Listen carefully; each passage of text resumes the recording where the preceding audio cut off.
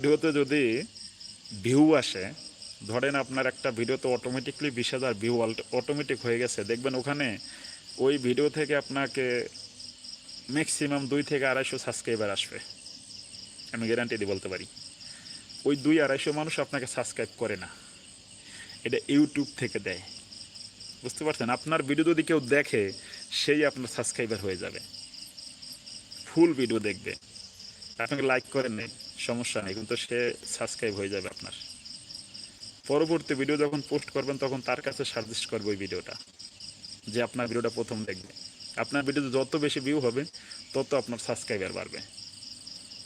আপনি আমাকে বলছেন যে ভাই আমিরুল ভাই আমাকে সাবস্ক্রাইব করে দেন, হ্যাঁ আমি আপনাকে করে দিলাম।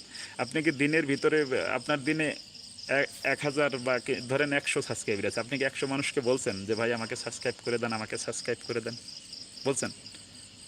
বলেন নাই।